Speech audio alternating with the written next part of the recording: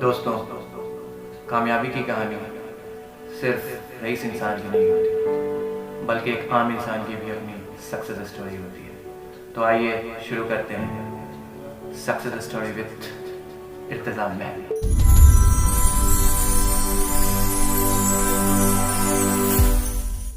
Friends, आज हम बात करने जा रहे हैं एक ऐसी लड़की की जो बहुत ही नटखट थी, बहुत ही शरारती। पढ़ाई और उसका जैसे समझिए कि नदी के दो किनारे थे जो मिल नहीं सकते। उसने अपने जीवन में पढ़ाई का मूल अपने खेल कूद बदमाशियों के पार रखा। रांची के एक मिडिल क्लास फैमिली की लड़की जिसका नाम प्रिया। कॉन्सिस्टेंटली प्रिया का रिजल्ट खराब आता, और जब रिजल्ट आने का वक्त होता है तो पता है प्रिया क्या करती है? प्रिया स्कूल से घर आकर सबसे पहला काम करती है, अपने लैंडलाइन के रिसीवर को हटाकर रख देती है ताकि स्कूल से घर पे इंफॉर्मेशन नहीं आ सके। उसकी माता जब भी उधर से गुजरती पूछती, किसने रखा है यार, फोन का रिसीवर किसने हटा के रखा? प्रिया कुछ नहीं बोलती।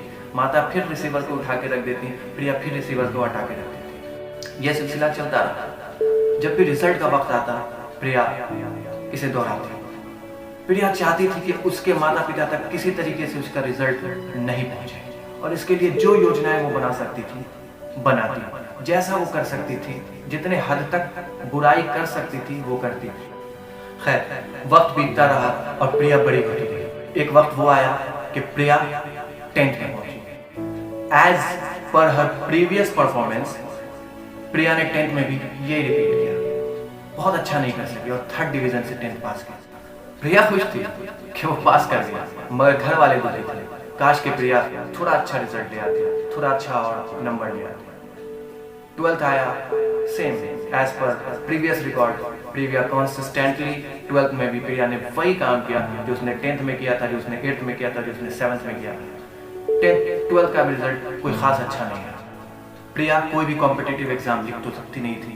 प्रिया का एक मकसद था। क्या था वो मकसद? कि दुनिया देखी। प्रिया चाहती थी कि घर से बाहर निकले, पूरी दुनिया देखे। तो रांची से उठकर वो ग्रेटर नोएडा पहुंची, और ग्रेटर नोएडा के एक प्राइवेट कॉलेज में उसने BBA में एडमिशन लिया। प्रिया बहुत खुश थी। प्रिया की ये सोच थी कि उसे दुनिया जीनी है, क्योंकि इसके बाद उसे अपने माँ की तरह चूल्हे करनी है। यही सोच प्रिया के दिमाग में बचपन से पल रही थी, जो शायद प्रिया ने किसी को कभी बताई नहीं थी। और प्रिया अपनी जिंदगी को जीना चाहती थी। प्रिया ने BBA में एडमिशन लिया। दोस्तों, एक वक्त आया कि जब प्रिया 1st ईयर में थी तो प्रिया के फादर के पास उसके कॉलेज के 2nd सेमेस्टर की फीस देने के लिए पैसे नहीं थे। प्रिया के पिताजी ने सोचा कि क्यों ना चल के डायरेक्टर से, कॉलेज के प्रिंसिपल से बात कर ली जाए, क्योंकि अगर फीस जमा नहीं होगा तो प्रिया को एग्जामिनेशन के लिए एडमिट कार्ड नहीं मिलेगा। दोस्तों, प्रिया के पिताजी कॉलेज पहुंचे डायरेक्टर से बात करने के लिए, और इत्तेफाक ऐसा था कि उस दिन कॉलेज में डायरेक्टर ने कुछ और बच्चों के गार्डियन को, कुछ और बच्चों के पेरेंट्स को कॉल किया था जिनकी अटेंडेंस कम थी। दोस्तों, मैंने आपको पहले ही बताया कि प्रिया एक ऐसी लड़की थी जो स्कूल जाना पसंद करती थी। क्यों? क्योंकि उसे बाहर निकलना बहुत अच्छा लगता था, तो वो कॉलेज मिस नहीं करती थी। कॉलेज जाना उसे अच्छा लगता था। प्रिया का अटेंडेंस बहुत सही था, तो इसलिए इस वजह से उसके गार्डियन को कॉल, उसके पेरेंट्स को कॉल नहीं किया। मगर डायरेक्टर ने क्या समझा कि प्रिया के पेरेंट्स को उसके शॉर्ट अटेंडेंस की वजह से कॉल किया गया है। जैसे ही प्रिया के फादर डायरेक्टर रूम में पहुंचते हैं, डायरेक्टर प्रिया की previous record, marksheet, previous attendance report, class teachers, कुछ सारे लोगों को कॉल करता है ताकि उसके गार्जियन को उसके बारे में अवेयर करा सके। प्रिया के पिताजी ने डायरेक्टर से कहा कि इस सेमेस्टर की फीस मैं थोड़ी लेट जमा करना चाहता हूँ। मैं आपसे रिक्वेस्ट करने आया हूँ कि एडमिट कार्ड मेरी बच्ची प्रिया को दे दिया जाए। मैं एक सर्टेन डेट लिख के देता हूँ जिसमें मैं आपके कॉलेज फीस जमा करूँगा। उस वक्त डायरेक्टर ने जो जवाब दिया, उसने प्रिया की जिंदगी को झंझोड़ कर रख दिया। डायरेक्टर ने कहा कि इसी सेमेस्टर की फीस में मैं तो सजेस्ट करूँगा कि तुम अपने बच्ची का नाम कटा दो और पूरे के पूरे सेमेस्टर की फीस से बच जाओगे। अगर बच्ची को ऐसे ही पढ़ना है तो इससे बेहतर है कि वो कोई कॉरेस्पॉन्डेंस कोर्स कर ले, क्योंकि तुम्हारी बच्ची को यहाँ पे पढ़ाने का मकसद है उसकी कामयाबी। और उसके बाप को डायरेक्टर कंटिन्यूअसली बेइज्जत करता रहा, प्रिया को लेकर कंटिन्यूअसली बेइज्जत करता रहा। खैर, बाप बेटी घर पहुंचे। पिता ने रास्ते भर में प्रिया से कुछ भी नहीं पूछा। घर पहुंचे, पिता का मूड ऑफ था, प्रिया का मूड ऑफ था, प्रिया की आंखों में आंसू थे। बाप ने सिर्फ एक सवाल किया प्रिया से, बेटा तुझे तो मैं नहीं मार सकता, क्या तेरी इस हरकत से मैं अपने आप को पीटूं? और यही वो दिन था कि जिसने शायद प्रिया की जिंदगी को बदल दिया।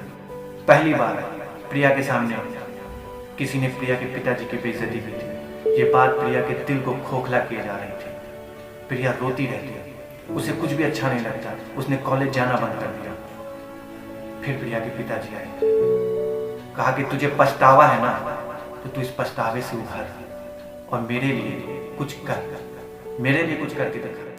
तू तेरी माँ की तरह चूल्हा नहीं करेगी, तू जिंदगी जी। बस दोस्तों, यहीं से प्रिया ने अपने उस दो किनारे को मिला दिया। नदी के जो दो किनारे अलग चल रहे थे वो मिल गए। प्रिया ने कॉन्सिस्टेंटली पढ़ाई करना शुरू की और जिस तरीके से वो पिछले कुछ सालों में कॉन्सिस्टेंटली एक ही रिजल्ट लाती रही, आगे के 3 साल कॉन्सिस्टेंटली एक ही रिजल्ट लाती रही। That was in first 3, that was in first 3, that was in first 3। और प्रिया का कॉलेज कैंपस हुआ। कॉलेज कैंपस में उसका सिलेक्शन हुआ। वो कॉन्वोकेशन हुआ तो प्रिया के फादर को उसी डायरेक्टर ने सम्मानित किया जिसने कभी उसकी बेइज्जती की थी। ये प्रिया के लिए बहुत ही प्राउड वाला दिन था। दोस्तों, आज के दिन प्रिया एक कंस्ट्रक्शन कंपनी में सेल्स डेवलपमेंट मैनेजर है। प्रिया की शादी हो चुकी है, उसके 2 बच्चे हैं, but she is not a home maker, instead she is a working woman and her husband is quite happy that उसकी वाइफ बहुत अच्छा कर रही है। दोस्तों, हम सब में एक प्रिया है, हम सब में एक आकाश है। मैंने पिछली स्टोरी आकाश की शेयर की थी, ये स्टोरी प्रिया की शेयर की है। और दोस्तों, if you feel this story is inspirational, please इसे शेयर करें और चैनल को सब्सक्राइब करें। और अगर आपके पास कोई ऐसी सक्सेस स्टोरी है तो मुझसे शेयर करें। नीचे कमेंट बॉक्स में अपना मेल ID लिखें, मैं आपसे कॉन्टैक्ट करूँगा। तब तक के लिए गुड बाय, जय हिंद।